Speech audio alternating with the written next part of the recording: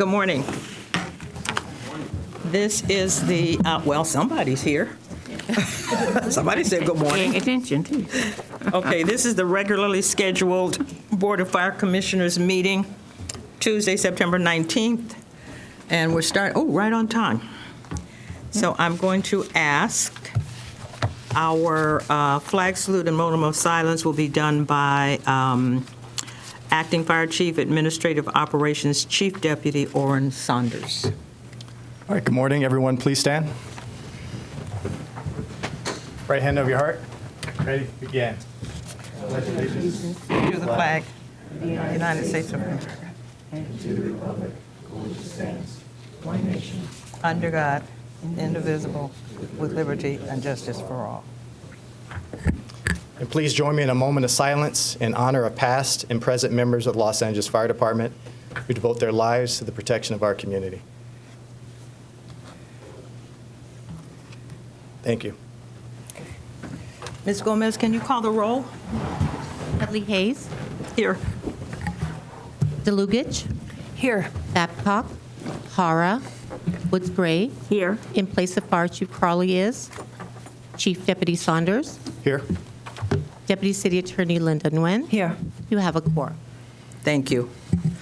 So before we go into commission comments, I want to let people know that we are going to be pulling item 6B. It's the Board of Fire Commissioners number 23088.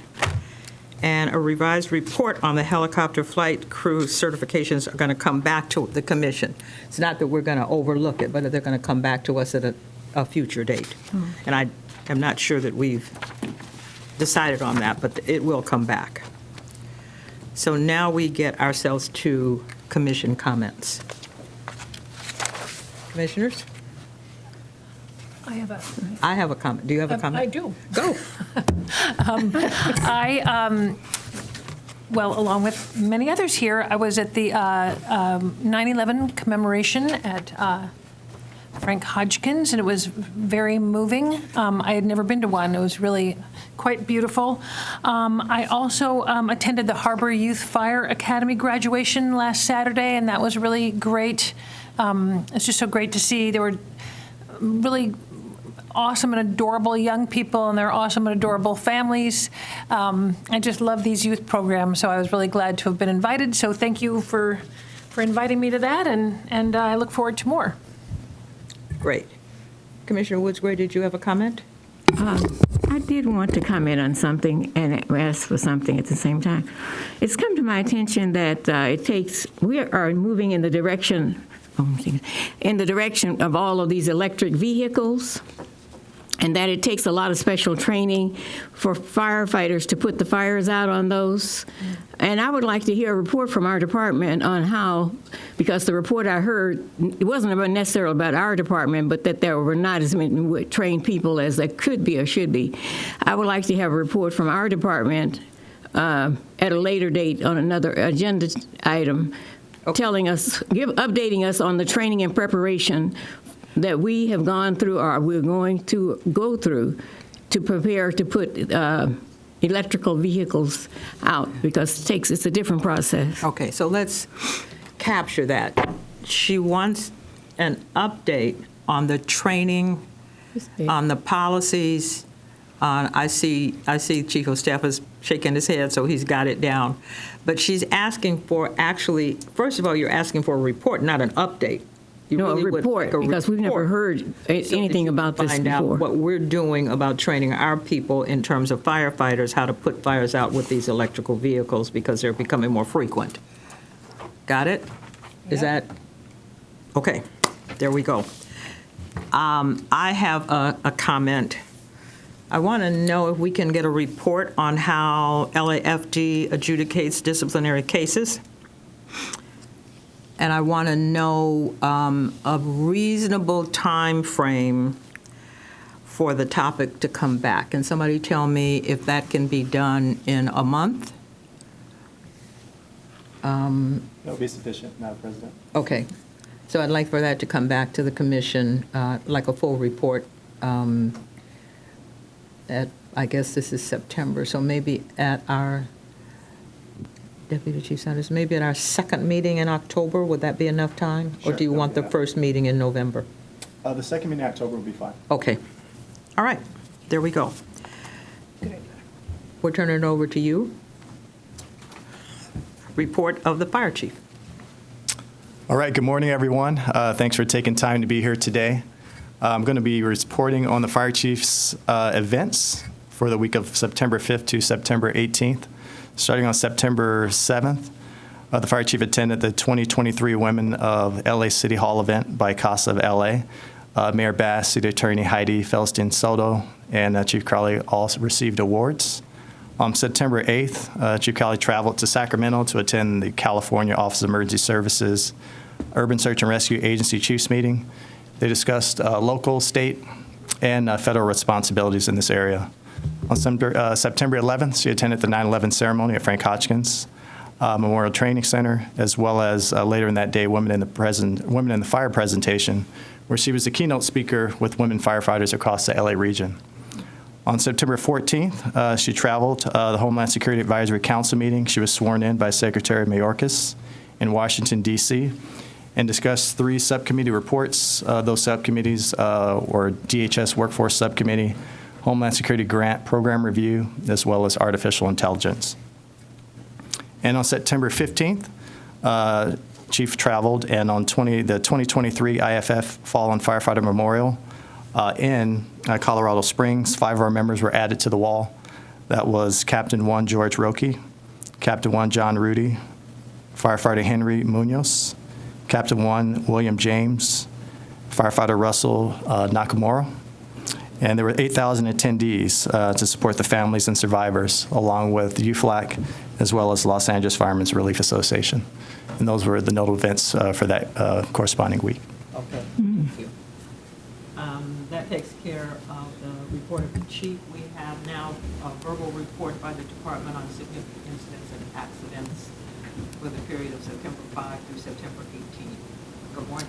Good morning, Madam President, Commissioners. I was talking without my microphone on, but you knew it was your Very turn, well. didn't Yes, you? ma'am. Yes, I did.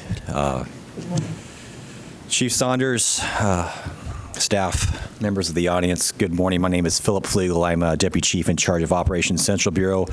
And today I'd like to share an incident with you that occurred on September 12th, 2023 at approximately 1 o'clock in the afternoon. LAFD Resources responded to a reported structure fire within the 300 block of East 4th Street, which is located in Fire Station 9's First End and in Council District 14. First arriving resources were on scene within 2 minutes and 28 seconds and found a mid-block pre-1943 3-story commercial building with heavy smoke showing from the second floor. There were also exposures being threatened on both sides of the involved structure. Resources deployed in the offensive mode and employed aggressive fire attack coordinated with ventilation, and resources encountered difficulty locating the seat of the fire due to the interior smoke conditions and the dense interior storage. Additional companies were assisted were requested and assisted with exposure protection, forcible entry, salvage operations, rapid intervention, and first responder medical standby. After a 15-minute firefight, due to the large fire load of box storage, the fire had progressed to conditions became unobtainable, and both the interior and the exterior roof were summoned to transition to a defensive mode by the incident commander. Due to this fire's size, scope, and complexity, the fire rapidly grew to a major emergency incident, and command was transferred from the initial incident commander, Battalion Chief Greg Avery, to the Assistant Chief Melford Beard. It took 125 firefighters and paramedics, which equated to 26 fire resources, 6 ambulances, and 4 chief officer command teams, 5 hours and 10 minutes to knock down the fire. This is not his take. Due to the Herculean efforts of the LAFD first responders, the fire was contained to the building of origin. Exposure buildings were not damaged. LAFD resources remained on scene the next day to ensure the fire had been completely extinguished. There were no firefighter or civilian injuries, and the cause of this fire is still under investigation with the LFD Counter Arson Terrorism Section. Are there any questions?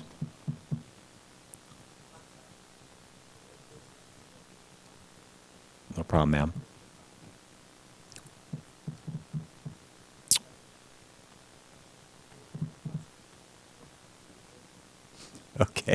We're not going to make you say it again. We did a great job. How's that? Okay. Thank you. Sorry. Thank you, Chief Legal. We know your work. So we're now going to have a verbal report by the department that has to do with medical emergencies for that same time period, September 5 through September 18. Good morning, Madam President, Commissioners, Acting Fire Chief Saunders, staff, and guests. My name is Tyler Dixon. I'm Assistant Chief assigned to the EMS Bureau for the Los Angeles Fire Department. I have a couple of medical emergencies to share with the board to highlight the fine work that was done by our members during this reporting period.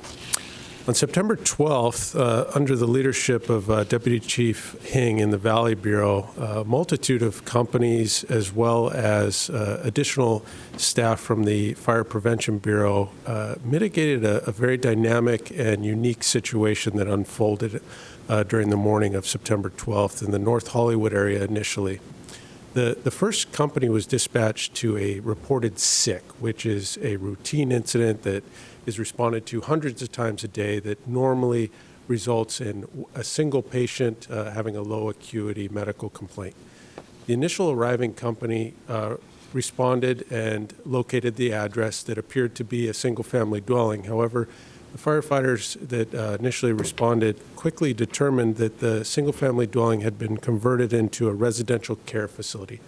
A residential care facility is also known as a congregate living facility that is routinely a single-family dwelling that is licensed by the state, California Department of Public Health, to care for up to 6 patients that are either gravely disabled or have a cognitive disease or require 24-hour care by low-level medical providers. The firefighters found a single reporting party that described that there were 6 patients in need of immediate care due to the fact that the routine staff had walked out on the job.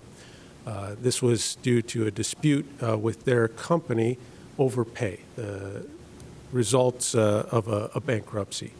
Our firefighters quickly determined that the 6 patients needed to be transported to an emergency room to provide for their ongoing medical care and to ultimately find an appropriate resolution or facility for these patients to be transferred in. They were in a situation where it would be life-threatening if left unattended by medical staff. Fortunately, the staff, the single staff member that was there and was the reporting party, shared some additional information with the incident commander, Robert Takashita, battalion chief, working in the North Hollywood area, that there were potentially 11 additional facilities similar to this, owned by the same company, having a similar situation where patients were potentially being unattended to. Firefighters responded to a second address and determined there were additional 3 patients at that address. And at that point, they involved the Valley unit of the Fire Prevention Bureau. We have inspectors that specialize in inspections of institutions. In this particular case, led by Inspector Lindsay Pellegrini and Ben Guzman, they astutely determined that there were 9 additional addresses in the Valley that were potentially under similar circumstances, and went ahead and contacted those staff and inspected all of those facilities. There were 2 additional facilities in the city of Ventura, where the Ventura Fire Department was alerted to the potential of a need for their services at those 2 addresses.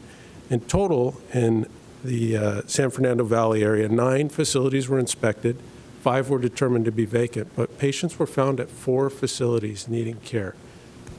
In collaboration with a private ambulance company, several of the patients were transported. However, LAFD transported 17 in total. This is a very alarming situation, unique, and I want to commend the collaborative efforts of not only our field resources, but the Fire Prevention Bureau under our Fire Marshal, David Perez. They organized a dozen different government agencies that have oversight over these types of facilities to conduct appropriate investigations and follow-ups, including the police department here in Los Angeles, California Department of Public Health, the licensing agency, Adult Protective Services, the city attorney, and California Department of Aging to conduct follow-up to determine the root cause of this and ensure that appropriate actions are taken. On the 13th of September, companies in Central Bureau, under Deputy Chief Flegel's command, responded to a report of a cardiac arrest. They arrived on scene to find a 6-month-old female baby, pulseless and apneic in cardiac arrest. The firefighters quickly established CPR and advanced life support care, connecting the infant into an electrocardiogram and determined the patient to be in pulseless electrical activity. That means that the heart is still trying to beat, but for some reason there are no pulses. The paramedics, based on their training, astutely determined that one of the most common causes of this is apnea or respiratory arrest. They investigated this further with advanced airway techniques and found an obstruction in the airway. Utilizing a specialized clamp or forceps, they reached in, grabbed the foreign object from the upper airway, and extracted what was a makeup applicator about the size of a golf ball that had obstructed the airway. They continued with advanced care, including intraosseous placement of an IV into the bone of this infant due to the small size of their vascular system. Continued with care, transporting the patient to LA General Hospital. En route to the hospital, they were able to get a return of spontaneous circulation and delivered the patient with strong pulses. Follow-up with the hospital staff has indicated that the patient is intact neurologically, meaning that there was no signs of brain damage, and is doing well. These are just two examples of the fine work of your firefighter, paramedics, EMTs, rated members, officers over this reporting period. Happy to answer any questions the board may have. I'd like to know if I could have a conversation with you after the meeting, because I'd like to understand more about it. It appears to me that we're doing a lot more than the public believes that we're doing on the EMT side, side of the Los Angeles Fire Department, because you're saying that we inspect. Is that what I understand you to say? The first incident that I described that involved the congregate living facilities, yes, the Fire Prevention Bureau, and this would be out of my specialty lane, but the Fire Prevention Bureau routinely inspects these board and care type facilities during the initial licensing period. They're licensed by the California Department of Public Health. So we're engaged in that process the same way that LA County is, that is supposed to be looking at boarding care facilities to make sure that they're up to code, they're up to standard, their licenses in place. We also have a part of that process. Is that what I'm understanding you to say? That's partially correct, Madam President. The Los Angeles Fire Department conducts an initial fire and life safety inspection during the initial licensing period. Annual inspections for congregate living facilities are the responsibility of the California Department of Public Health. Routinely, the state delegates that authority to the Los Angeles County Department of Public Health. The fire department, to my knowledge, does not have ongoing inspection procedures or ongoing inspection responsibilities for these types of facilities. It's just the initial inspection. Okay. However, based on the dynamic situation that was found, our inspectors took actions that were appropriate based on those unique circumstances to identify if there were any additional patients in this very unique circumstance. Okay. I'd like to know more about this. That's just a request that I'm making, and I can actually talk with you about kind of what we should know and what the public should know about what it is that we're doing. We're doing much more than the public understands as a fire department. I mean, usually when people think about a fire department, they think about us, the engine going out and putting out a fire. But the bottom line is we are doing so much more when it comes to saving lives as first responders.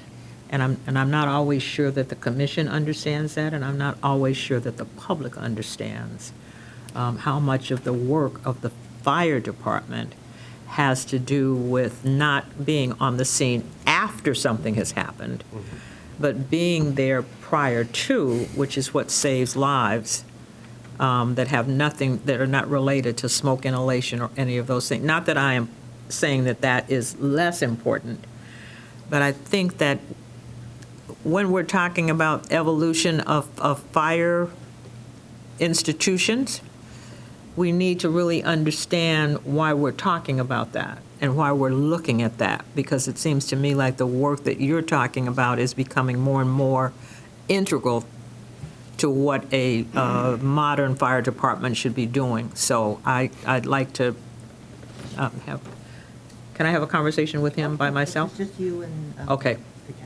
Thank you. Look forward to it, ma'am. And yes, to your point, I think the general public, when they think of the fire department, they think of a fire engine or a rescue ambulance driving down the street, rushing to an emergency, mitigating that emergency. Your Los Angeles Fire Department is a full-service, all-risk public safety agency with not only response capabilities and responsibilities. While that is a bulk of the work we do, our mission calls for preparedness efforts, prevention efforts, response efforts, and recovery efforts. And you have unique units and unique sections of the fire department that focus and have expertise in all of those areas. So yes, I look forward to discussing that with you. Okay. further. Thank you very much. Commissioners, Thank you for the report. thank you. Thank you, ma'am. Do we have any presentations? Not today. Okay. No public comment, because I don't have any public comment cards. Okay, so now we're down to item 5, which is our consent agenda items. A is the report on the status of LAFD projects. And 5B is the report on the status and disposition of LAFD matters considered by or referred to city council committees, other city departments, offices, agencies, for a period that's going to cover August 25th through September 1st. Are we, everybody's okay? Yeah, Move that we, So- move that we, do I have to, how about, do we do a motion? We need a motion. Yes. So I move that we receive and file items 5A and B. I second. All in favor? Aye. All right. Now we're down to our regular agenda items. So 6A is the Operations South Bureau 2023 quarterly report. And we need to hear from our new bureau chief.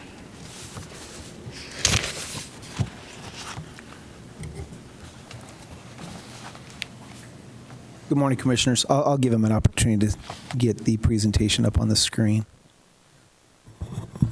Fantastic. Good morning, Madam President, Commissioner DeLugich, Commissioner Jimmy Woods Gray, Chief Saunders, City Attorney Gwynn, distinguished guests and members of the Los Angeles Fire Department. I know you probably all came because you wanted to hear this report back on the quarterly report of South Bureau.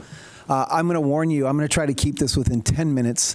I probably went a little bit overboard with the amount of information I shared on this presentation because I recognize that we had a number of commissioners that are relatively new to the department. I wanted to make sure we highlighted what South Bureau entails and who we serve. And I think I'm going to answer a lot of the questions you just mentioned, Madam President, with regards to what we do from a fire department standpoint, because we do a lot more than just put out fires. And you're going to see that both from the prevention side and then after the fact, the resilience side, but most importantly on the EMS side. So I'm going to jump right into this. Oh. All right, let's see, what did I do? There we go. So you're going to see a lot of my presentation is based on the vision, mission, and goals of the Los Angeles Fire Department. And our vision is right in line with the vision of the Los Angeles Fire Department strategic plan. And okay, where are we doing here? Okay. We're right in line with the strategic plan and the 7 goals that are within the strategic plan. And I'm going to highlight those as we go through this presentation. Oh, going the wrong direction. Okay. So as you know, the City of Los Angeles is divided into 4 bureaus. The South Bureau is the southernmost bureau, starts right at the Beverly Hills Century City line and goes all the way down to the waterfront. And that's very unique. Oh, there we go. We have battalions 6, 13, and 18. It's a total of 26 fire stations, and each one of those battalions have very unique challenges within each. The council districts we serve are listed here, as you can see, and I hope all of you have had an opportunity to take a look at this presentation prior to my presentation, verbal report today. But these are the 6 council districts we serve and the communities we serve. As you look through here, there's quite a variety of communities that we serve, and the ethnic population as well as the demographics of each of those areas is very different depending on what area you're in. As we continue, we have 30 neighborhood councils that we serve, and our battalion chiefs are very actively involved with our neighborhood councils. They go to all the meetings. As a matter of fact, last week alone, we had 9 meetings in 1 week that our battalion chiefs attended, and we are very interactive with all those neighborhood councils in trying to make sure that we hear firsthand what their concerns are and that we bring them back to our fire stations, so that our fire stations can try to address those concerns. We're an extremely active... This is very sensitive. We're extremely active bureau. I think it's important to note that all the OSB members are on special duty. All of us are sworn. None of us are on platoon duty, and that we are on call for significant incidents. We prepare for large-scale events because if you look at all 4 bureaus, considering the agencies that we partner with, you will see that our major stakeholders host some very large events. We are probably the most active bureau on the weekends when it comes to hosting events because of the facilities that we have. So here are the partnering agencies that you'll see us constantly interacting with on a regular basis. Major stakeholders are the USC campus of USC, the Port of Los Angeles Memorial Coliseum, the Grove, and then also the Bank of Montreal. The University of Southern California is like a city in itself. The population there, Fire Station 15 is housed there, but it's also serviced by Fire Station 46 on the other side. And they're very, very busy with regards to the campus itself, and we work very, very closely with their public safety agencies and their fire department as well.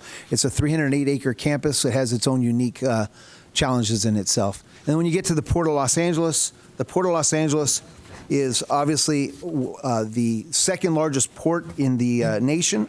It is the #1 port in terms of container volume, and we move about 8 million TEUs per year, which it's a 7,500 acre facility.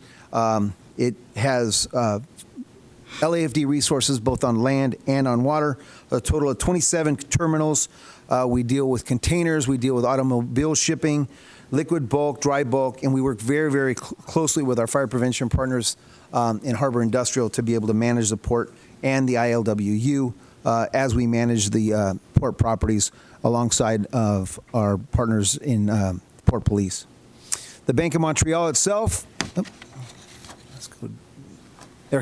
the Bank of Montreal itself holds 25,000 people. Most people know it for the home of the Los Angeles soccer team, but they also host rugby tournaments on a regular basis, and they host a lot of major concerts on just about every single week.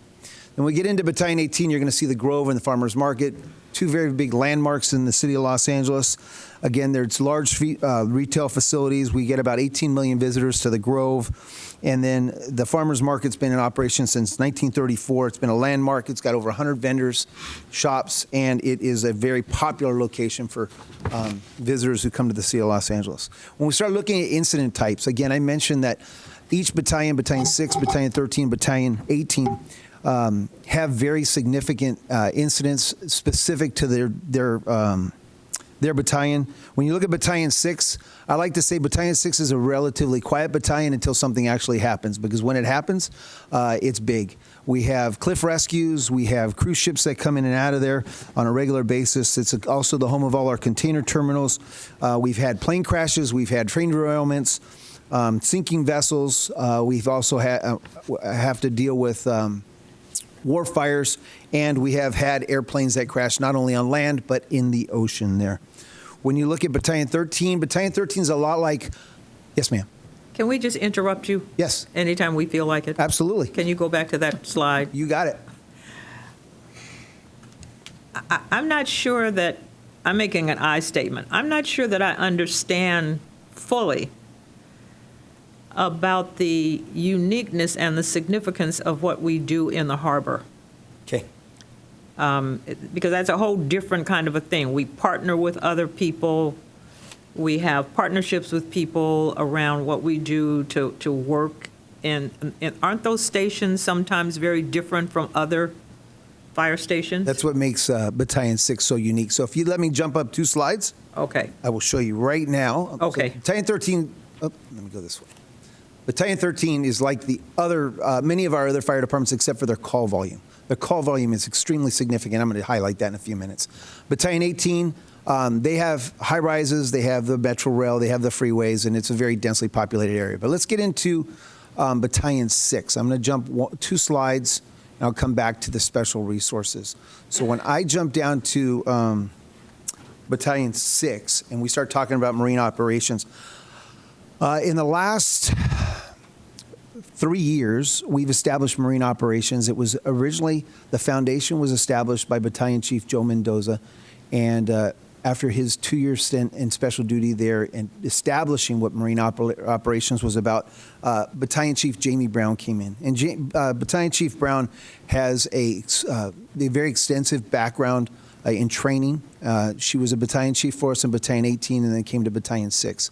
And she's taking her training background and truly catapulted our Marine Operations section into what it is today. And it's truly a landmark. So when you start talking about the port, you're absolutely right.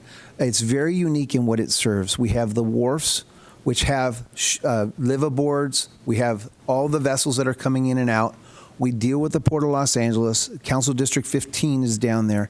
And Councilmember McOsker is very involved with the Los Angeles Fire Department in our activities down in the port.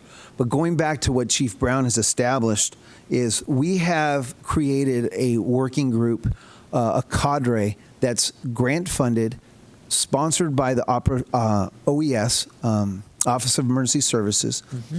And they have actually put together a cadre of firefighters from the north and the south that are teaching firefighting techniques with regards to shipboard firefighting across the state of California. To that point, Chief Brown has recently been invited to go to the East Coast in Virginia to speak about what we're doing here, because the Los Angeles Fire Department has established itself as a landmark in the marine operations arena. We've had 5 major incidents in the world over the last 3 years. Of those 5 incidents, again, these are very unique, challenging fires. The last one we had was in Rotterdam. 4 months ago, we had one in Newark. And of those 5 incidents, 4 have resulted in fatality fires.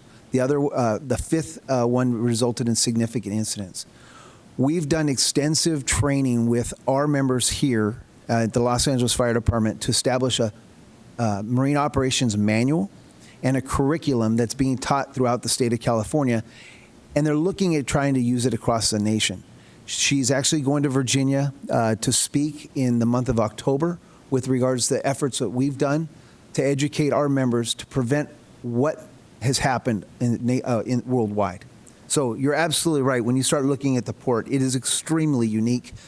We have land-based firefighting efforts there, but we also have shipboard firefighting efforts there as well. So what does this mean? Is the Cal OSHA for certifications at the state level? That's what's going to happen for our people? Yes. So because of the curriculum that they established, we are getting certified statewide. They're going to have a state certification on marine firefighting, which has never been done before. Okay. They basically incorporated all the essentials of what they've learned from these past fires and created a curriculum to prevent that from happening here in the state of California. Okay. Thank you. I'm going to go back 2 slides because I think it's important that we hit the unique. I didn't mean to interrupt you. No, it's okay. You have every opportunity to interrupt me, ma'am. So when we were talking about incident types, because we have so many unique incident types, the Los Angeles Fire Department has been very proactive in trying to address these, and we have specialized resources to be able to address those. And so if you look at the specialized resources that we house in Operations South Bureau, we have an Advanced Provider Response Unit, Fire Station 58 and 65. Again, Fire Station 58, 65 has an elderly population for the most part. I mean, it's just like anywhere else, but it does have our highest population of elderly. So that advanced provider unit is provided to be a success. Is proven to be a success. As you mentioned in Battalion 6, we have the fire boats, we have the dive program, and those are housed at Fire Station 49, 110, 111, and 112. We have 2 large boats, the boats 2 and boat 4, and then our smaller boats are even numbers 1, 3, and 5. We have an urban search and rescue resources down there. We have hazardous materials resources down there. We have a fast response vehicle, Fire Station 64, which has proven to show a significant impact on the call volume in the Watts area, in the Watts community. And then we have therapeutic van 94, and then also therapeutic van 40, which will soon be housed at Fire Station 36, as we're trying to move it closer to the downtown San Pedro area. You look like you have a question, Do you ma'am. know why we have such a high volume in Watts and places like that? Well, I think when you start looking, and I'm going to get a few slides ahead. Oh, so Is it 'cause it's Vice President DeLucich is thinking that maybe it's population density? It's population density, and it's also, for a lot of people, we are their first line of healthcare. So if you look at this slide right here, when you look at OSB's EMS responses, it's important to note that in 2023, the number that I have up there for Battalion 6, 13, and 18 are from January 1st to July 1st. If you look at 2022 numbers, those are the numbers for the entire year. So if our call volume continues at the rate that it is, and this answers your question with regards to EMS, we're looking in Battalion 13 from going from where we had 66,955 calls last year. If we continue at the rate that we're going to be looking at 75,870 calls, which is a 13% increase in call volume just in EMS. So basically, when we think about healthcare disparities, people need to understand that the Los Angeles Fire Department fills that gap. This is what we're talking That's about. very true. You're getting a high volume of calls because healthcare is not something that is evenly distributed in the population.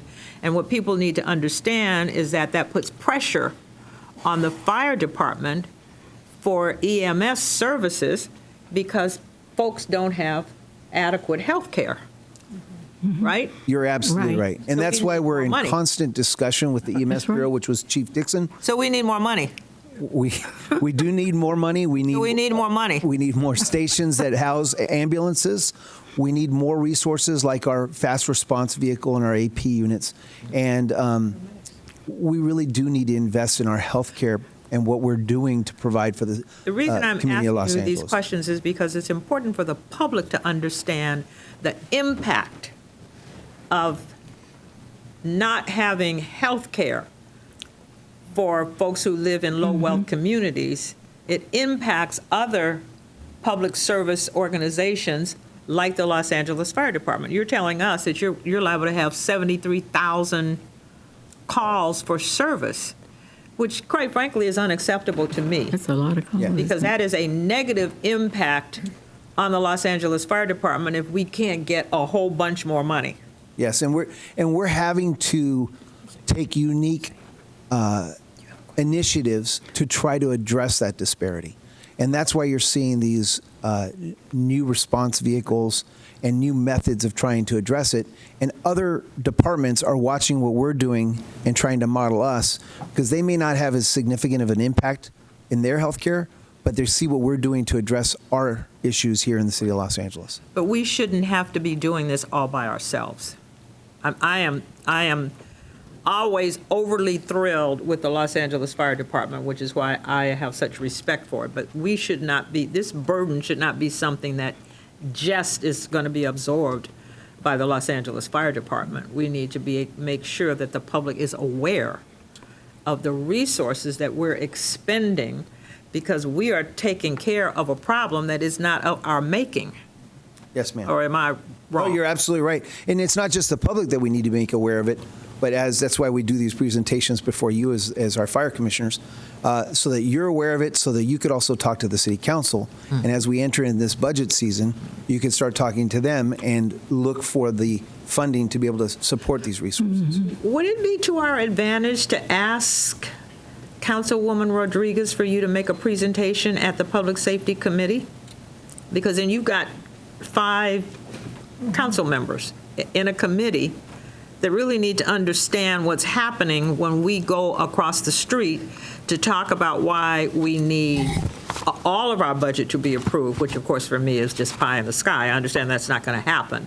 But I'm wondering if we made a presentation to the Public Safety Committee explaining the expenditure of resources that the Los Angeles Fire Department is making to fill the gap when they are talking about, when the city council begins to talk about health care and how health care is not equal or equitable, and we wind up then having to expend additional resources that we maybe are not totally reimbursed for.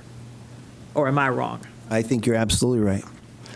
Madam President, if you will, too, I think it's definitely a great idea, as well as looking at the standards of cover as we looked at those that had the 2020 stats, and as we look at the projections from last year, as well as moving forward. That's going to assist as well with development of new resources, as well as the other specialized resources we look to actually add in coming budget.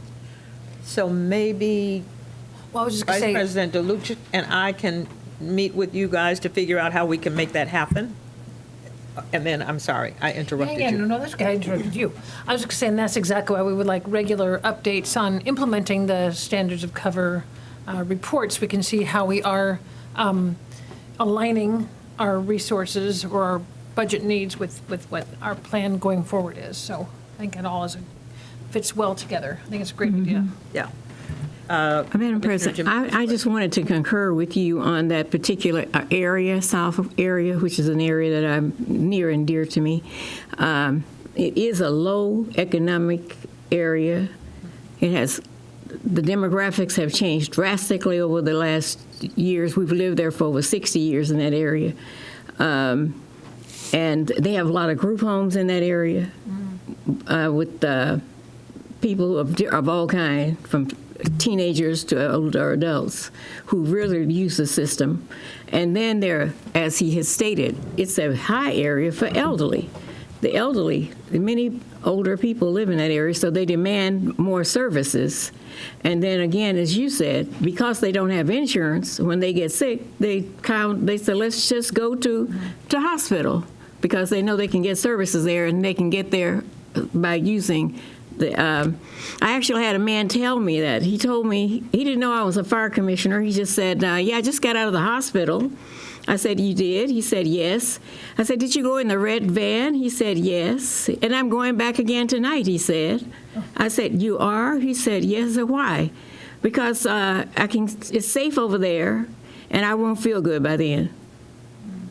So he just uses it as a way to get off the street. And so they have various ways that they don't realize the resources that they're using by faking all of these reasons to get to a safe, warm place. I think we should talk more about what you're telling us. I mean, I want you to continue with this, and I know you promised us that you would try to hold it for 10 minutes, and we're the fly in the I soup. think I'm going to be in Chief Villanueva's office making next, you explaining why it took. Talk to us longer than you thought you would have to talk to us. But I feel like this is important. And you're absolutely right, ma'am. And I appreciate your passion and your motivation to take it as far as you'd like to. I do want to remind you that I am only 1/4 of the city. The person who really knows the most about it, and I don't want to throw him under the bus, but it's Chief Dixon, because he sees it from a department-wide standpoint. He really does. And he works very closely with Chief Villanueva in trying to address the demands on our department with regards to EMS. Okay. It is very taxing, not only to our medical, like our paramedics, but you have to remember that all of our firefighters are EMTs. And so, again, everybody thinks the big red fire engine is just running around putting out fires, and the fire trucks running around laddering buildings. But the reality is they're running EMS calls as well. Right. And they're going on all these calls with our paramedics. And that's why we have such innovative resources to be able to get there as quickly as we can, determine the level of need that they have, and then send the actual right resource to them to be able to provide the care that they need. Because as you look at that increase, and I mentioned that increase in EMS call volume, 13 to 14% from last year to this year, if I move one more slide over, I'm going to be looking at the increase, one too many, the increase in fire responses, and our increase in fire responses alone is 8 to 9%, and that's alarming as well. So our call volume is continuously rising, and the number of our incidents are rising, and it's not just in one certain part of the city; it's happening all over the city. I'm just highlighting what's happening in South Bureau. Commissioner DeLucich has a question. Yes, ma'am. As long as we're interrupting you, and thank you so much for, trying to speed through this. Why is Operation South Bureau all on special duty versus platoon duty, you said? So when they divided the city up into 4 bureaus, they picked 2 bureaus to work on a 24-hour platoon duty system, and that would be Central Bureau and Valley Bureau. And Valley Bureau will have you know that they're the largest bureau in the city. When it's their turn, they can do that. But they run 24 hours. An assistant chief is staffed 24 hours out of both those bureaus. And so after hours, South Bureau, West Bureau, we will go home. They'll respond to the call, and then they call us out. And we do respond from home to be able to manage the incidents and to free them up for other incidents that may be occurring. So we do have 2 24-hour assistant chiefs that are on duty in 2 of the bureaus, and then the other 2 bureaus are only staffed with special duty, and that would be West Bureau and South Bureau. So you're not talking about all the members, you're talking about all the... No. I was just talking about when I said everybody in the office, it was the South Bureau office. Gotcha. Yeah, Okay. The other members are just like anybody else. Okay. Yes. It's just that our office is staffed with special duty only. We don't have a 24-hour resource that You runs said out of all South Bureau. sworn OSB members. Yeah, we are all sworn. So in other words, I have 2 civilian staff, a management analyst and a secretary, and then we have the rest are a Captain 2 who's in charge of training. We have a resilience officer who's a Captain 1, and then we have an assistant chief and the deputy chief. Okay. And those are all special duty. Got it. Thank you. So I think, Chief Dixon, it's you that we want to have the conversation with. Is that correct? You're suggesting that the conversation, or maybe the 2 of you? If you'd like, ma'am, I'd be more than happy to accompany him. He knows a lot more about EMS than I do. Okay. He's going to give us a report I could tell you on my bureau and the impacts it has on my bureau. He could tell you department-wide because he's managing resources department-wide. We are so sorry No, that's that we okay. have. that That's we're- okay.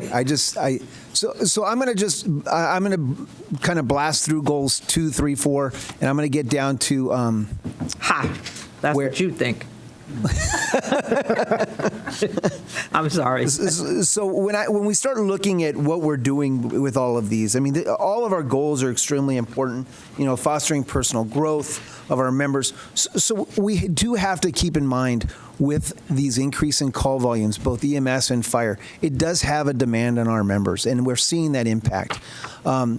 And so what ways do we try to address it? And we try to address it with goal number 5, which is personal growth, and give them an incentive to feel that they're not just constantly servicing our community, but they're also growing in their level of knowledge and being service providers. And so we have a number of training that we do to give them outlets that we coordinate, and it's to make them safer, to make them more effective when they're providing that service, and to make them better on the fire ground, but also on the EMS side. And that's what I highlighted here was the different types of programs for our divers, for our hazardous materials, for our oil refinery firefighting.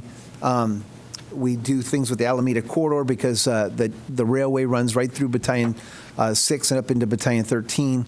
And then we constantly drill on things like Mayday and the potential for area command, having known the history of Los Angeles. And as I continue to go through, yes, ma'am. We also do something special at the airport, don't we? Yes, we do something special at the airport, but that would be because their trucks are a different color. Yes, their trucks are a different color. That would be venturing into West Bureau, and Chief Fields would be the one that would be able to speak to Battalion 4. Who is that? Oh, Richard. Hi. Okay. That's my nephew.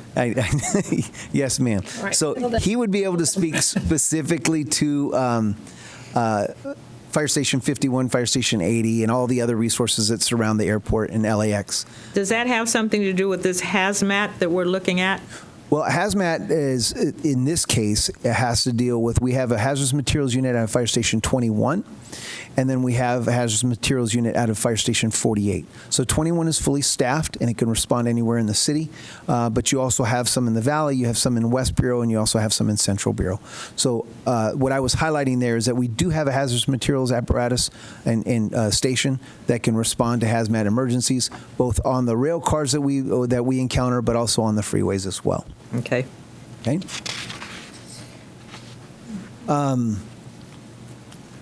One of the things you mentioned before we got onto my presentation was kind of what we do for our communities and how do we increase resilience and disaster recovery. And we talk about prevention and what we do. So all of our firefighters are engaged in fire prevention on a regular basis. We try to do 10% of our fire prevention workload for each fire station every single month. But they also do above and beyond, and that's getting into the resilience factor after the fact.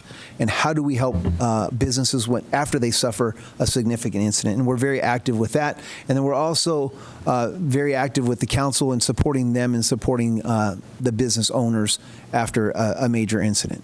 And then we get into our collaborative efforts with other agencies like MySafe LA and other partners. We have a Safeguard program that is funded by the California Fire Foundation. So after a significant incident, you often find us giving a credit card to those who suffered a loss, and it's a small gesture of something we can do to help them kind of get back on their feet. It's a $250 debit card that we give to them that's offered to us by the California Fire Foundation program, and we oversee the entire program for the city of Los Angeles. So out of my office, we've given out 437 cards that have been activated since the adoption of this program. So it's a very beneficial program. It's small to consider $250 after a major incident, but it does make a difference. Areas that we're working on, complaint tracking system. So in 2022, we had just over, let me get to my numbers here. We had just over 40. Year to date, we're nearing 30. As a matter of fact, right now, the last I looked, I have 29 complaints in regards to in the complaint tracking system with regards to service. And unfortunately, 35% of those are EMS complaints. So we're trying to be proactive and trying to get in front of that and trying to address it. We do recognize that firefighter fatigue is a part of that. So we're taking unique efforts into having our station commanders take a look at what resources members have been on and trying to manipulate their staffing levels to be able to give members an opportunity to ride on slower apparatus so that they can cut down on the number of complaints because of agitated, grumpy firefighters that are responding to incidents which are causing these complaints to happen. So these are complaints that we're getting from the public? From the public. And unfortunately, we have had a 35%, we do get 35% of our complaints are EMS, and we have had a slight increase. Okay. And that leads me to another sore area that I'm not the proudest of, but that's our accident tracking. So when you look at this, if you look at the number of accidents we have, a lot of it has to deal with the areas that the service provider is in. So the large green one is Battalion 13. Battalion 13, as we've talked about earlier, is a densely populated area. It's a lower income area, and we do have a lot of younger firefighters who are learning in that area because of its high call volume of the workload. And some of the things we're saying is that we need to work on their driving abilities. So we've established battalion driving coordinators. We're working with our in-service training program that Chief Gutierrez is in charge of, and we use the EVOC system to get them to simulate better driving techniques. And then we actually do driving rodeos with our battalion driving coordinators, trying to get them to improve their driving. But again, some of those factors have to deal with fatigue. Why do we have so many young firefighters here when we in know? Battalion 13? Because of the call volume. When you look at the call volume in that battalion compared to the others, some of our fire stations are running anywhere between 20 to 40 calls a shift. And so our younger members gravitate to those areas because of the sets and reps. They're getting the repetition. They're getting the learning. It's kind of our training grounds. But we have young firefighters throughout the city. Unfortunately, a lot of those are new to driving large apparatus in very congested areas. So, Okay. So they choose to go to those areas. A lot of them choose to stay in those areas once they get off probation, and most of our officers who oversee those stations are tenured officers who really enjoy training and developing our younger members. Okay. Okay? I'm almost done. Okay. We do have the Banning High School Firefighter Magnet Program, and we do have the Harbor Youth Academy, which Commissioner DeLugich was present for the graduation. We had 35 members of the Youth Academy that just graduated. The Banning High School Firefighter Magnet Program, it's a hands-on experience. It provides them the skills in fire life safety. It provides them education in CPR. It gives them good physical fitness, and it teaches them all about community service and a way of giving back. And then we work very closely with MySafe LA. Yes, ma'am. Go back one. So how would a high school become involved with a magnet program? You have it at Banning High School. Does it mean that you would go to the principal to find out if the principal wanted this at their school, or how does that work? I believe. I'm sorry, I keep forgetting to turn my mic on. No, that's okay. I heard. So how would a high school who's interested in becoming part of our Magnet Fire program or Magnet program want to get involved? I would actually refer to Chief Gutierrez about that. But the reality is we do partner with various, I think it's a total of 4 magnet schools, 4 high schools that are participating in the Magnet program, where these schools have, here, I'll let him answer the question. Good morning, Madam President, Vice Morning. President, Commissioner. We're just full of questions today, Yes. aren't we? So, good morning. So, yes, as you mentioned, we do have 4 magnet programs throughout the LA Unified 4. District. Yes. What are the other 3? You have Banning, Banning, Dorsey. Dorsey, There are 2, I don't have them off my top of my West head. Adams, West Adams, and Wilmington, the I think Valley, it's Wilmington. over the Valley. So they're pretty much scattered throughout the They're throughout city. They're throughout the city. And to answer your question, though, yes, it does start with the principal. So fortunate, Banning, I know the history of that. I was involved with that back to 1998. So way, way back. And even, in fact, the principal there is actually an alumni of Banning. So very active with the fire department. It starts with the principal to see basically if they're inclined to take that on, because it is a an undertaking. So with that, it also goes up to the district, and through the district, and have those ongoing dialogue through the district, and in order to allow one of the magnet programs within. So very competitive. They do a lot of recruiting of students to come to these magnet programs because they're very unique. And I know that Vice President Commissioner is aware of the magnet and how they work. So it does start there. It well serves the community and serves the fire department as well. Very unique. We're one of almost any fire magnets in the country. So historically, as you look at it, we've had anywhere from starting with explorers to cadet programs that have interact with the high schools, but not at this level. These are actual programs that operate to identify and prepare future firefighters well within the community. And most of the communities, some of the magnets are in kind of underserved communities, so it's really an opportunity for the fire department to interact hands-on, ongoing with the fire department and the community. And ultimately, the goal is, obviously, number one is to recruit within the community of Los Angeles and to make those individuals firefighters, but also to explore other opportunities for them. So. I would like to, because I think it's a great program. I know West Adams is no longer a fire academy, but I would love to hear get a report on all the youth programs that the department has, the fire academies, the magnets, the cadet program. I'm sure lots of you, or at least 2 of you, have heard this before, but I would like an update on the youth programs, if we could do that at some point in the near future. Because I'd love to hear how there could be more magnet programs. As folks know, here I work for the school board president, Jackie Goldberg, in LAUSD. And anyway, I do think it's a great program that I would love to see expanded. Okay, so now we have 2 requests for reports back. Do you have a timeline? We can the next couple months. I mean, Yeah, we can provide a report in the next 60 days. We do an ongoing annual report, but we'll provide an update Sooner, yeah. for the commission. Thank you. On all the youth programs. Yeah. Okay. So. And I would love to know, like, what are the results of those programs in terms of, like, new paramedics or firefighters in the department versus just, contributing to their character and personal growth? Like, how many are actually coming into the department or other departments? Yes, ma'am. Yes, we actually track it, and every recruit graduation, we break that down in terms of who were cadets, who were magnets. So we do track all that information. I'm proud to say that we've really made some leaps and bounds in that. So, I mean, there were so many young women at the Harbor Fire Academy who graduated. I think there were 10, and that's just like a great. That was very inspiring and hopeful to me. If we stay in touch with those women and encourage them to come to the department, I think that would be great for our department.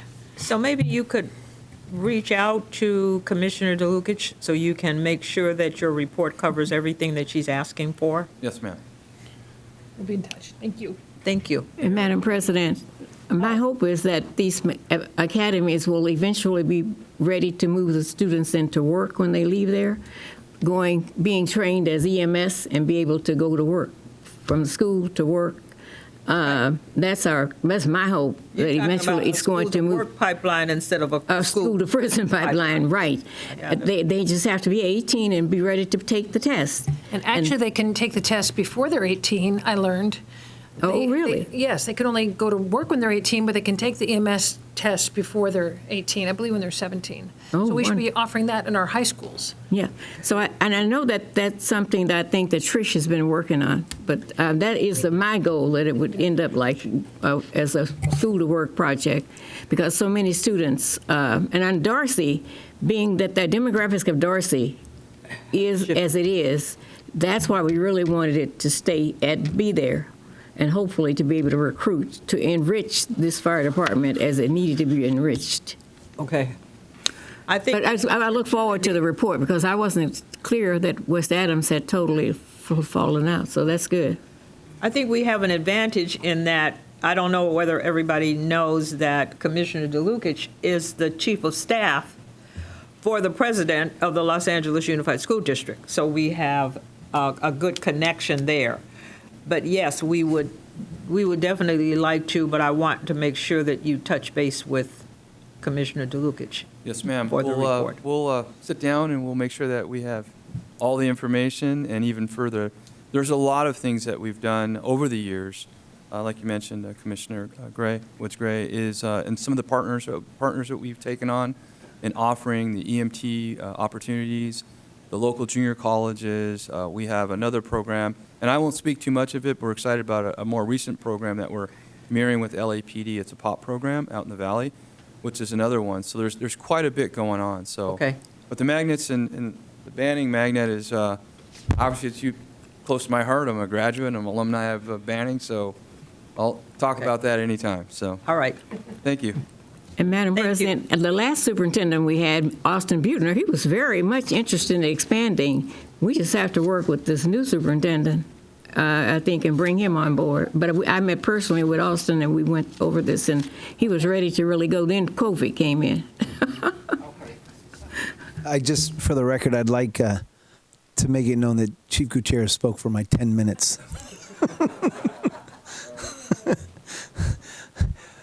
Commissioner Hara, welcome.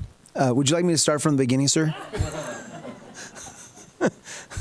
As I move forward towards the end of this, I did mention about MySafe LA, and we are very close partners with MySafe LA. We do teach hands-only CPR with MySafe LA and support them in their efforts of smoke detector canvassing and canvassing after any fatality fire in the neighborhood after that happens. And it's proven to be very educational for those who live in the community, because a lot of people wonder what happened down the street when they see the fire engines after a fire. And they're really good at helping them understand, and we support them in these canvassing efforts.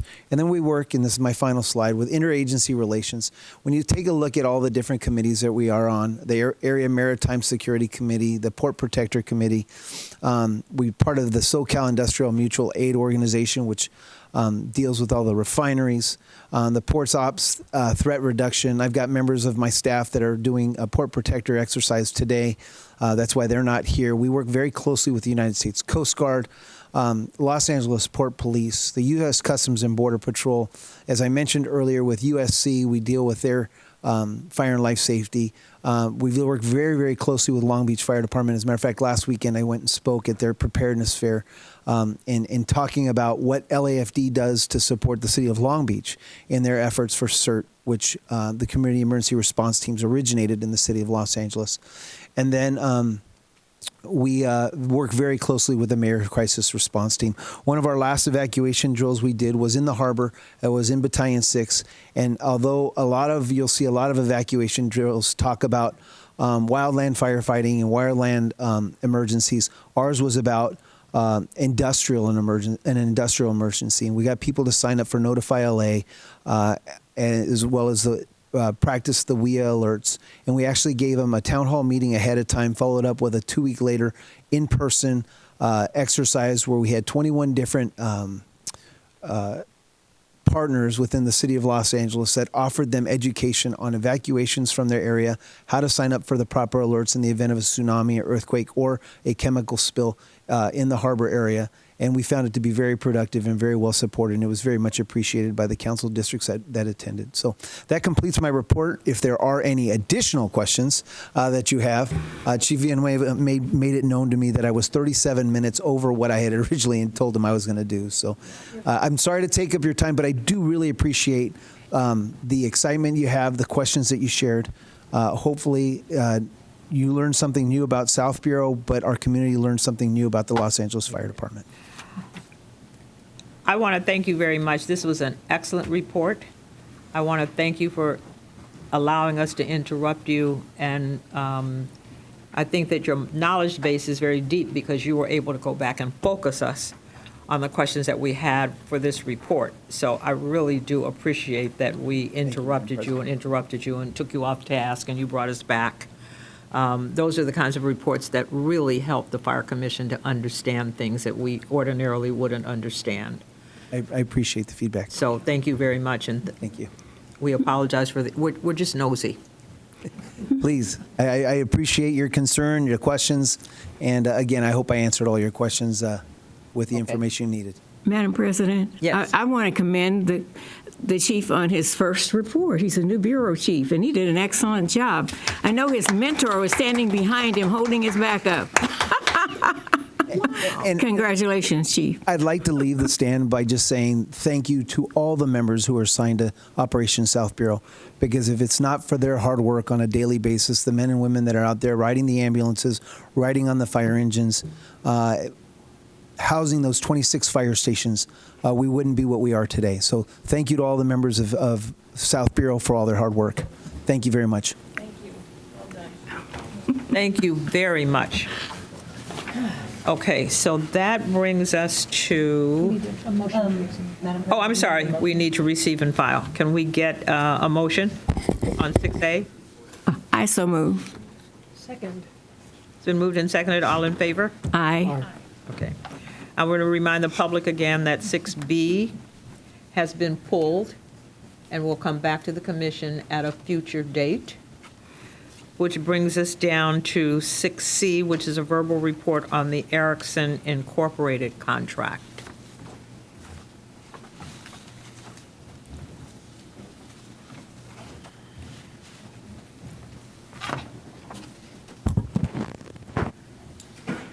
Good morning, Madam President, Commissioners, Good morning. Saunders, staff. Good morning. My name is Rick Combs, Section Commander at the Air Operations Section. I've also got Scott Davison with me. He's our Chief Pilot. We're here to answer any questions that the board may have in regards to our contract aircraft with Erickson today. I think the only reason that we wanted to have this on the agenda, as I recall, was we just wanted to make sure that the contract was still in place because we're moving into fire season, and my understanding is that this contract has to do with us being able to get those resources in the event that we need them for a big conflagration. Yeah, that's correct. We are under contract with Erickson. The contract is in its 5th and final year. There's actually an RFP that's out currently for our next season that's going to come up here at the beginning of July. So as far as the Erickson unit, they're at Air Ops right now at the Van Nuys Airport. They typically will arrive on August 1st and serve a 150-day contract through the end of December. So that asset is in place right now, ready to respond. And again, we're looking forward to the RFP that comes out, and we're hoping that we get a few more Okay. vendors that are interested in the program. Okay. And they actually meet our needs, right? Yes, so the Erickson unit is a Type 1 helicopter capable of dropping 2,600 gallons of water. In comparison to our helicopters, which drop about 500 gallons of water, you can see that it's substantial once we get them out there. Right. Thank you. Madam President, I have a question since he's talking about helicopters. Are these helicopters able to communicate with each other? Yes, we have a very robust communication. So they can communicate with the ones we own, and they can communicate with each other? Yes, ma'am. How many do we get from Erickson? One. Just one? Yes. Okay, that's important. Okay. Any other questions? Nope. I asked that question, it may seem, but that would be, the accident that occurred out by the Morangan Reservation, the issue came up that they couldn't communicate. And so I just always wanted to ask that, could our helicopters all communicate? Within our requisite and contract, the aircraft are bound to be able to communicate with us. So we have a Helco platform, helicopter coordinator, that actually controls all the air traffic in the area. So each helicopter that's responding into the fire traffic area has a means of communication with the helicopter coordinator as well as each other. That's good, very good. Thank you. Thank you very much. Yes, ma'am. Thank you. Which takes us to 6D, which is a report on current procedures to remove per- and polyfluorinated substances from firefighting gear.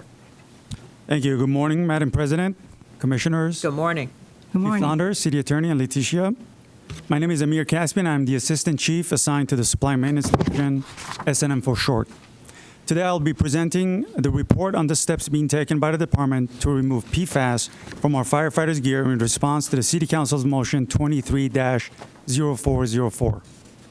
In addition to the procurement, distribution, and maintenance of all supplies, equipment, and apparatus of the LAFD, S&M also works directly with manufacturers and vendors around the country and sometimes the world to stay on top of the latest technologies and challenges surrounding the fire service. Polyfluorinated substances, or PFAS, are a class of synthetic chemicals known for their water and grease-resistant properties, which have made them popular in manufacturing various products, including firefighter gear. There are around 9,000 different types of PFAS manufactured and contained in various products, including household items. Recent studies have indicated the danger of these products, specifically when exposed to high temperatures or fire conditions which present a major risk and concern for the health and safety of our firefighters. These exposures mainly involve our firefighters' turnout gear, which is the coat and the pants. There are two areas of concern with PFAS currently affecting our firefighters. One area is the exposure to various types of PFAS during fire incidents as a result of products of combustion. We call those environmental exposures. The LAFD has implemented various steps to minimize these types of exposures. Some examples include post-incident decontamination of turnouts, post-incident overhaul operations, regular inspection and maintenance of turnouts, turnout excluded from living areas in the fire station, and periodic washing of firefighting gear are all measures currently in place to reduce environmental PFAS exposure to our firefighters. We are also currently working with the Fire Chief's Office to implement NFPA 1851 that is going into law in the state of California starting January 1st, 2024. This will require advanced cleaning and verification for personal protective equipment every 6 months and will be enforced by Cal OSHA. The other area of concern is the PFAS that is used directly to manufacture our firefighting gear, specifically the turnout coat and pants used during structure fires. Our turnouts contain 3 separate layers of protection, with the PFAS being used in the middle moisture barrier layer.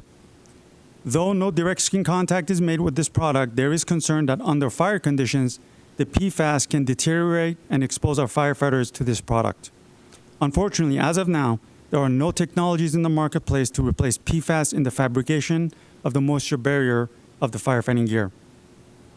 S&M continues to meet with leading manufacturers, specifically Gore and DuPont, to develop, test, and provide feedback for any materials being tested by these manufacturers that would be PFAS-free.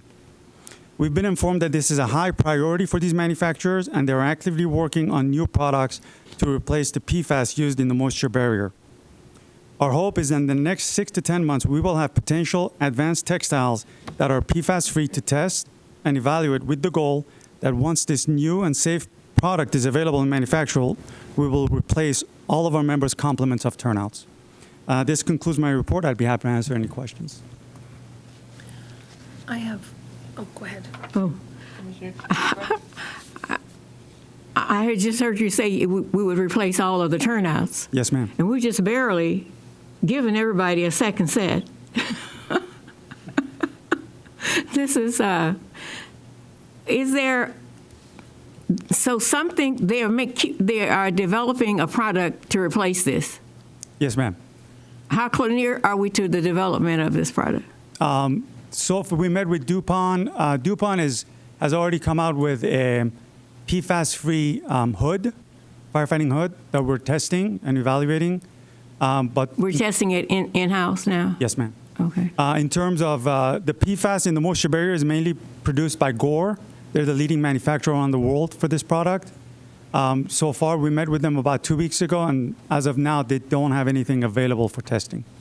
But they are moving from they are working on some advanced textile from their athletic side that could potentially be workable in this phase. So we really can't switch until they develop something new? We cannot. Because this is what keeps us safe? Yes, ma'am.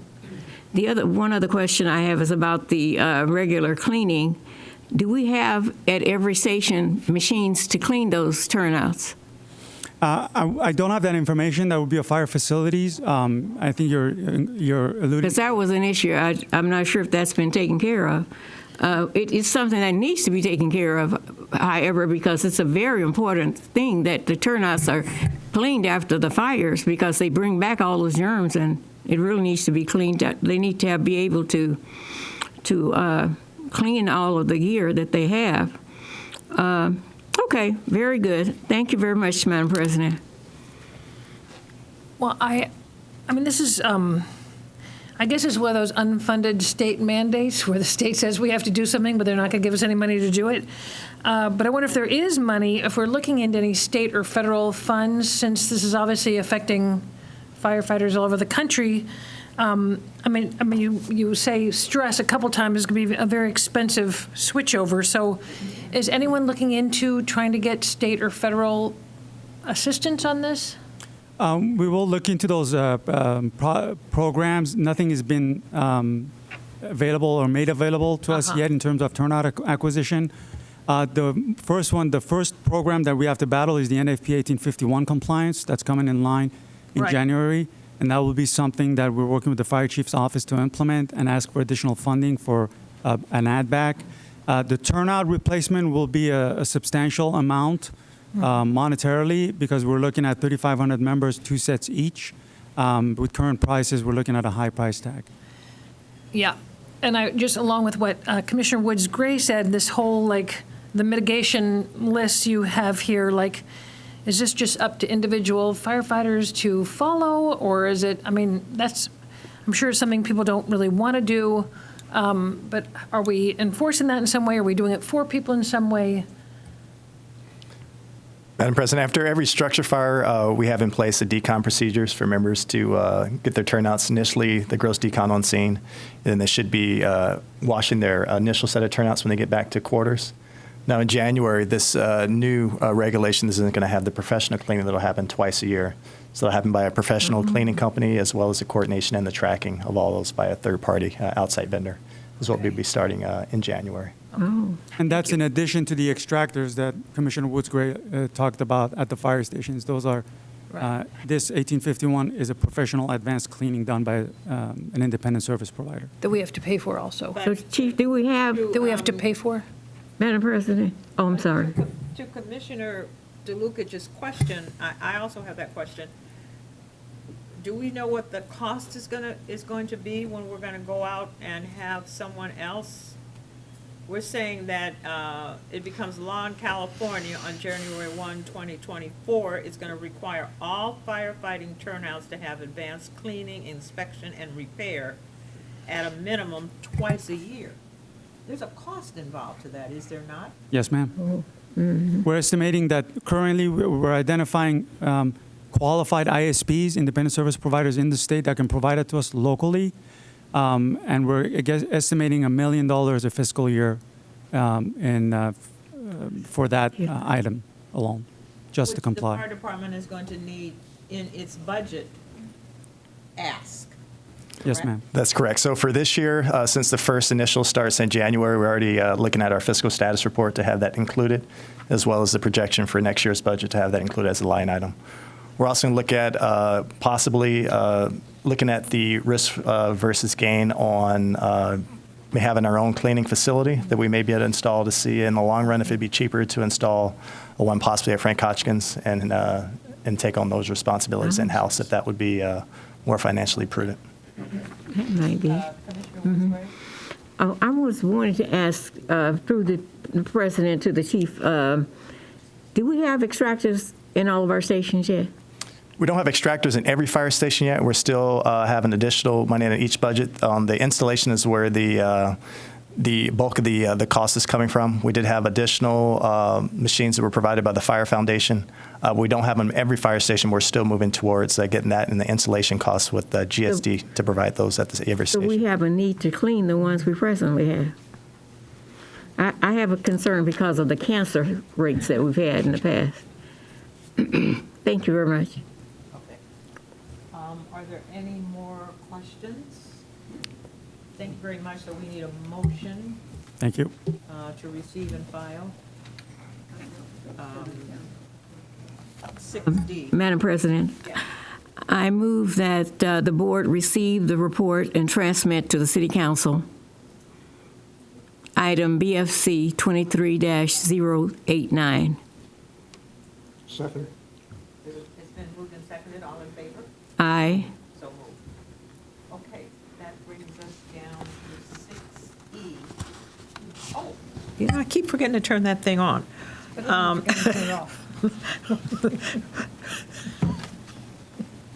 Because generally I'm saying something I'm not supposed to say up here, and then I turn it off, and then I forget to turn it back on again. Sorry. We're going to now have the verbal report on the drill tower validation study. Yeah, who is this guy? Good morning, Madam President, Commissioners, Chief Saunders, Morning. City Attorney, and LAFD administration and honored guests. My name is Tim Lambert. I'm a battalion chief, and I've been the section commander of the Recruit Services Section since this past June. I'm here today to provide a status update on this commission's request for a third-party validation study of the LAFD Fire Academy, also known as the Drill Tower. In the past, the Academy has been the subject of several studies, including the 1998 Landy Jacobs study and the 2006 audit of LAFD management practices. In both cases, the LAFD adopted most, if not all, the recommendation of these studies. Additionally, we are an accredited local academy with the state of California, and soon we will be going through an additional review for that, which we do every 5 years. To provide a brief history, in September of 2021, then Commander of the Training Division, Assistant Chief Steve Hissong, appeared before you via Zoom. And after his presentation, the commission requested us look at the feasibility of a third-party validation study to examine the LAFD processes for potential for disparate impacts to any of our recruit firefighters. As a result of this request, in 2022, the training division reached out to a third-party consultant that was under contract with the city, Deloitte, I believe it was, to get an estimate of cost for an in-depth study. The Training and Support Bureau and Training Division received the statement of work from the vendor. Unfortunately, at the time, Training and Support Bureau and Training Division were unable to identify the necessary funds in fiscal year 22-23.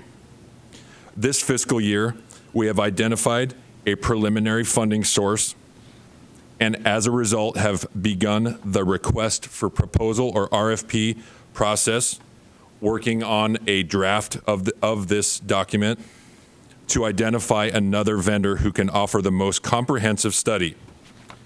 In the meantime, we have also reached out to Chief McKnight and the Equity Division for their perspective to assist us in developing the focus of this study. It is my understanding that this is a fairly intensive process that could take several months to complete. This professional study that we are seeking will be used to evaluate, among other things, the modalities, methods, measurements, facilities, and staffing currently used in the Fire Academy. We truly welcome this study and look forward to it, both to point out areas for potential improvement, as well as to highlight some of the positive changes we've already made throughout the years.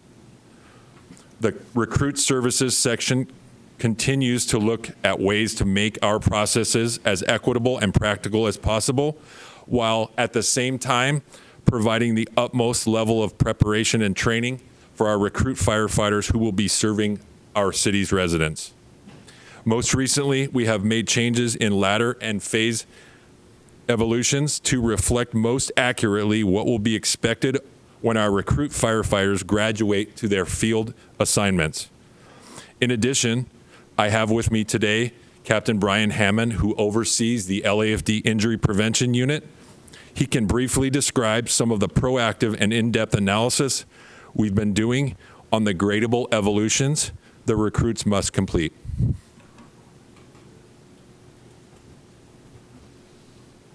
Good morning, Madam Commissioner and Commission Chief Saunders. One of the things that the injury prevention is responsible for in our mandate is to increase recruit retention. And to that point, we've made a couple steps, including looking and using our athletic trainers, which we have a contracted athletic trainer, one of the few departments in the country that have an athletic trainer on board. And what we've looked and done is a biomechanical analysis of all the different hose lays in the ladders done by injury prevention specialists. And their idea would be to look at, see if there's anything that we could improve that would limit our injuries and increase performance on each of those evolutions. In addition, multiple points through time from when a candidate becomes a recruit, we are looking at a fitness and a movement quality screen for those, so that we're looking at data to see if we can correlate certain things metrically that we can determine if we can determine early if a recruit is going to need additional assistance in order to graduate. And to that point, both the drill tower at Fire Station 40 and at 81's now, through Chief Crowley's efforts and the Fire Foundation, have athletic trainers embedded in both drill towers to assist in getting those minor injuries to where we can prevent those from having someone separated from the drill tower because of those injuries, and also increasing our performance through more advanced workout techniques that are designed specifically to meet the needs of each of the ladder evolutions and hose lays and the challenges that our recruits will see in those areas. So we're looking at it from an injury perspective and an athletic training performance perspective to ultimately increase our retention rates for our drill tower recruits. And if you have any questions about the injury prevention unit's progress in increasing that, I'd happy to take those. Madam President. Yes. Is the name changed, or is this a new department? Was it risk management before? So the injury prevention unit, ma'am, is under the risk management department. It started as a innovation grant from the mayor's office. In the last couple of years now, we've been budgeted as part of the process, but we are under risk management. You're under risk management. Yes. I see. Yes, ma'am. Thank you. So do you have any idea, when you're talking about recruit retention, is the need greater for women who are coming into the academy, or is it across the board? And does it have anything to do with repetitive of motion kinds of things? I'm trying to understand what you're doing about those things. Yeah, and that's a good question. There are a myriad of reasons and things that we're looking at. When we, initially during the PIQ process, the onboarding process, we are taking fitness and movement capability measurements early. And the idea would be to identify those weaknesses early and give the candidates multiple months to prepare, specifically with our CAPS program. I don't know what you mean by you're looking at specific weaknesses when they come in. Specifically physical, to where Well, we can. Let me back you up. I Yeah, thought ma'am. that they did some kind of training or they went somewhere before they even were able to come into the drill tower, or am I wrong? There are two places in Yes. California where they go. The CAPS program, ma'am, is that what Right. you're referring to? Yes. So So what we're finding is not all of our recruits that are entering the process go through the CAPS program. And so what we're trying to do is give them all the tools necessary to pre-prepare themselves so why that don't when they go? there's a myriad of reasons. They could be working.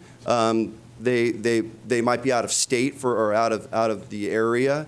We offer the program 4 days a week at the 2 different drill towers. So it's not a prerequisite. It is not a prerequisite, ma'am. It's a I volunteer. could actually apply, go through the testing process, all of that stuff, and be accepted into the academy, but I don't necessarily have to go to one of these 2 places. I just remember this from the last time when I was on the commission, that there was some issue of backup and a waiting time and all of that kind of stuff. Can you help me? Yes, ma'am. Madam President, so I believe you're discussing the physical abilities testing. So all the candidates, all applicants do have to go through that process. What Captain Hammond's referring to is our candidate assistance program. So that's a CAPS program. That's a preparatory program that we put on that's volunteer. It's volunteer, all volunteer. But we do that early on. As we identify applicants as we're going through the hiring process, we reach out to those applicants, soon-to-be candidates, and they're invited to come to this program. We offer it both down at Drill Tower 40 in the harbor and also at Fire Station 81. What he's describing to you right now, very briefly, is in Class 22-5, which graduated a few months ago, the Injury Prevention Unit followed that class throughout, from day 1 to graduation. And they looked at every evolution that was done there. All physical evolutions in terms of every ladder, every hose lay, every movement they did, from the lens of the injury prevention aspect. The thought behind that was to look at the modalities, each and every movement, modalities of the equipment they're using, are putting up and being tested on. Number 1 is to look at, to identify any potential acute injury potential or more chronic down the road injury, but then also the evolution itself. In other words, how they're actually putting up the ladder or putting the hose and advancing the hose. Can I, wait, I'm sorry to interrupt you, but to me, this doesn't have anything to do with, very much that I can see, to do with the validation study, which is about whether or not there are artificial barriers to people becoming firefighters and paramedics. So this is all very interesting, but it sounds like there has not been anything done on the validation study, except we've identified money and we're going out to bid. And I think that's all, I personally feel like that's all we need to know right now, is it's not happening, it's going to happen, and we need to report as soon as, and we need to hear like what is going to be part of that RFP. But I mean, all this is very nice, but I feel like the point is, the commission asked for a validation study 2 years ago. There isn't an RFP out yet. So I would just like to ask that we move this along and find out when we're going to get a report on the responders to the RFP. Yeah, I think that's the problem. We're wanting you to be, I think Commissioner DeLucas is right. We're asking you to explain the delays. We need a concrete plan. We need a timeline moving forward in order for us to understand why it's taking so long. This has been way back since 2021 when we started this conversation. It's 2023, and it doesn't feel to me like there's been a lot of movement. You're still talking about identifying a funding source. Did you find one? If you found one, what have you done about that? What's the timeline moving forward? Have you found a third party? Those are the questions that we need to have answered as a commission. Yes, ma'am. So we could report back, so as was mentioned previously. When? Well, when the RFP gets out and there's identified the vendors. So it's not out yet? No. So what is your expectation for when it will be ready? Currently, ma'am, we're writing a draft of the RFP process, and I would say probably it would be out like within 60 days, or roughly. This process is a little bit the RFP process is new to me. I'm learning as I go, also, and we're still at step one with making the draft of the RFP. Okay, so in 60 days, you can come back and you can tell us. We could definitely give you an update in 60 days. Madam President? Yes. Might I suggest that they share the RFP with you before it goes, when it's in its final stage? Yes. Yeah. And what I heard him say was that could be done in 60 days. But I would like for him to share it with you before it goes out. Yes. agreed. Yes. Okay, thank you. So maybe we can see it in 45 days. Can you? Yes. 45 days? We Just a draft. yeah. Yes. We like I said, we got the timeline, and it's a rough timeline, but we can definitely give you the draft that we have in 45 days. So we need to know your timeline. We need to have some concrete answers about that. We need to see a roughed out draft. And you're saying that you can get all that done in 45 days? Yes. Okay. So we're going to put that on the agenda. Can we? I'm looking to our legal counsel here. I thought Commissioner Woodsbury was requesting that the captain provide you personally with a draft, not the commissioner. Could you clarify that, please, Commissioner? Yes, I was just asking that they share it with the president. Oh, Okay. okay. All right. Just me. Yes, ma'am. For your eyes I open. mean, she can decide if she wants to share it with the whole commission, but Right. she sets the agenda, but I would like to make sure that she sees it. Okay. But I think, I'm happy to see it, but I think the whole commission, we operate as a commission. So I think everybody should have the same information. I'm perfectly happy with that. I just wanted to make sure that Okay. you saw it, and if you wanted everyone else to see it, you could then do the next step. All right. So we're clear about what we're asking. Yes, ma'am. In 45 days, you're looking for a rough draft of the RFP. Correct. Yes, ma'am. And also, Did I understand you to say that you have found a funding source or you have not? We have identified a preliminary funding So, source, yes. Well, I don't know what preliminary means. Doesn't mean it might go. Do we away. have a funding source or don't we?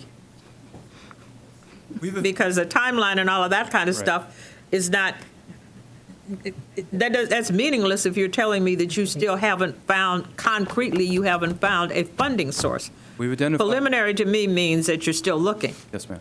We've identified training funds to be utilized. We're looking at the cap on that. Our last request, which was the contracted vendor, came in well above what we could ever fund through our training fund. So what we've done now this year is looked at and allocated some funding through our training funds available to go through the RFP process. So you've identified some funding, but you haven't identified enough funding for the entire validation study? Is that what you're saying? No, we don't know what the validation study is going to come back and fund. What we've done is identified a cap on what we can fund. So the RFP will be identified up to a certain amount, and then from that, we'll look at vendors that can meet that. So other than that, in terms of the budget piece of it, that's where the funding source is. So if you don't yet have a draft of the RFP, how do you know what the cap looks like? Well, we do know how much we have available in our training funds. Okay, well then what you're saying is, we're looking at it from the vantage point of what you have available. Yes, ma'am. That's what the cap is going to depend on. Yes, ma'am. But we're looking at it as we need a complete validation study, so there's a difference there. You're saying we're going to have to cap it at what funds are available. We do have to identify the amount in the RFP not to exceed. So that was our starting point. But we don't have a draft of the RFP. Or am I wrong? No, you're absolutely correct. But we also So how do we cap if we don't have a draft? We have to know what funding we're going to start with. What is our amount to write into the actual application? What we're going to actually, how much money we're going to, not to exceed. Okay. All right. Okay. Madam President, so you have the money to complete a full validation study, but not implement what the study says? No. Or you don't have money to No. complete the full study? No. In the RFP process, we have to identify a funding source. In other words, what's the dollar amount? Where is that money coming from? We've identified that amount in order to craft the RFP. Oh, because I thought the RFP would be crafted on what we want, not on how much money we have. I think the trouble that we're having is this seems to be backwards to us. Yeah. We need to know what it is that we want to see in the validation study, as opposed to saying we only have $10. Right. And therefore we can only have $10 worth of a validation study, as opposed to an RFP that says, that is robustly saying, this is what we need to be able to do a complete validation study of what's going on in the drill tower. Put a dollar amount to that.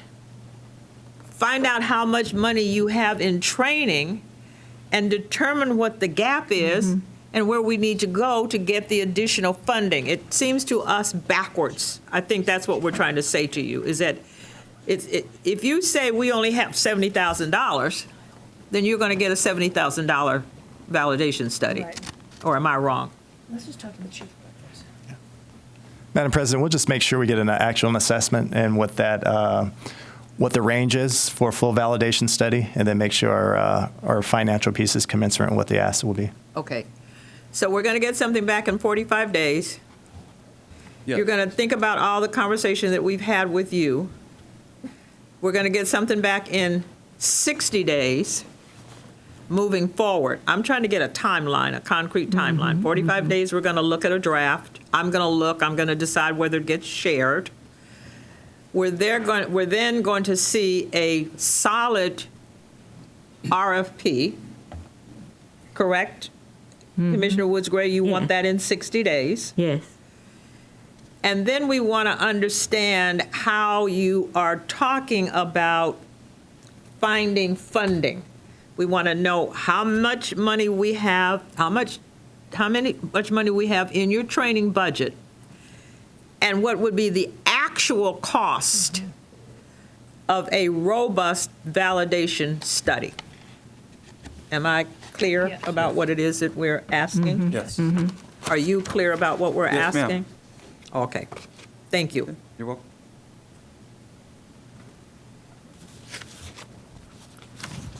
Okay. So that takes us to, this was a verbal report, so we're going to have to do that. That takes us to adjournment. Can I get a motion? I move we adjourn the meeting. I second. It's been moved and seconded. We're adjourned. Thank you very much.